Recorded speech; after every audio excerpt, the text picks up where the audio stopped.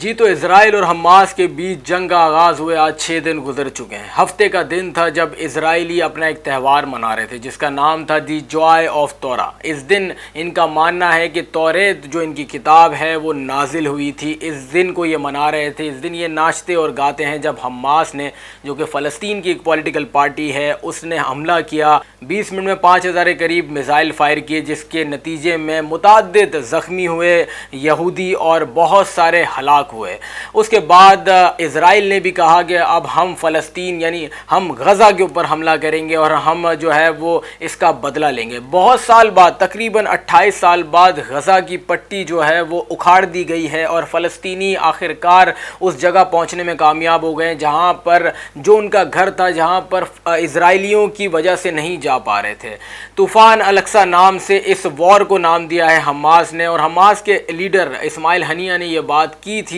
کہ ہم نے اسرائیل کو متعدد بار یعنی بہت بار وارن کیا تھا کہ آپ ہمارے بیچ میں نہ آئیں، آپ ہماری ٹیریٹری ہمیں واپس کر دیں جس پر آپ نے پچھلے 75 سالوں سے قبضہ کیا ہوا ہے۔ مغربی ممالک کی اگر بات کریں تو بہت سارے ایسے ممالک ہیں جو اسرائیل کی طرفداری کر رہے ہیں، جس میں امریکہ تو سر فہرست رہتا ہے۔ جہاں پر جنگ ہوگی، جہاں پر فساد برپا کرنا ہوگا، وہاں امریکہ کا نام ہوگا۔ پھر اس کے بعد اگر بات کرتے فرانس ہو اور پھر دوسری جانب جرمنی میں تو ان کی اکثریت ملتی ہے، تو وہاں پر تو کیا ہی بات کریں، وہاں پر ان لوگوں نے ان سے اظہار یکجہتی کے لیے اپنے بلڈنگوں پہ ان کے جھنڈے لگا لیے، جبکہ انگلینڈ جس نے یہ فساد کی شروعات کی تھی، اگر ہم اس کی ہسٹری کے پیچھے جائیں کہ یہ لڑائی ہو کیوں رہی، تو ہم بات کرتے ہیں پہلی جنگ عظیم کی یعنی فرسٹ ورلڈ وار کی۔ جب فرسٹ ورلڈ وار ہوئی تو آٹومن امپائر یعنی عثمانیہ سلطنت کا خاتمہ ہوا، عثمانیہ سلطنت ٹوٹ گئی اور اس خطے کے اوپر آباد ہوا برٹش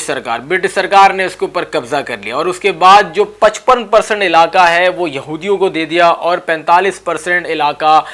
مسلمانوں کو دے دیا، جس کے اوپر مسلمانوں نے کبھی بھی یہودیوں کو قبول نہیں کیا۔ اس میں بہت سارے مسلم ممالک ہیں جس نے کبھی قبول نہیں کیا۔ 1948 میں جب اس خطے کو چھوڑ کے برٹش سرکار چلی گئی تو اس کے بعد اس کانفلکٹ کو جو یہودی اور مسلمانوں کے بیچ میں چل رہا تھا، اس کانفلکٹ کو ختم کرائے بغیر گئی، اور وہ جھگڑا آج تک چل رہا ہے جس میں فلسطینی جو معصوم لوگ ہیں وہ اپنا گھر چاہ رہے ہیں اور اپنے قبلہ اول، مسلمانوں کا قبلہ اول مسجد اقصی، وہاں مسلمان نہیں جا سکتے۔ آج میں اس بات کو بھی کلیئر کر دوں، بہت سارے مسلمانوں کو پتا ہے اور بہت ساروں کو نہیں پتا، جو گنبد پیلے کلر کا دکھایا جاتا ہے وہ مسجد اقصی بالکل بھی نہیں ہے۔ مسجد اقصی جو ہے وہ اس مسجد کے پیچھے ہے جس کا کالے کلر کا گنبد ہے۔ یہ بھی یہودیوں کی ایک سازش ہے جس میں ان کا کہنا ہے کہ ہیکل سلیمانی ان کا ماننا ہے کہ جو ان کا ایک ٹیمپل تھا جو سلیمان علیہ السلام نے بنایا تھا، جس کو مسمار کر دیا گیا تھا، توڑ دیا گیا تھا، ان کا ماننا ہے کہ وہ ہیکل سلیمانی مسجد اقصی کے احاطے میں ہے، انڈر گراؤنڈ ہے، اور وہ اس کو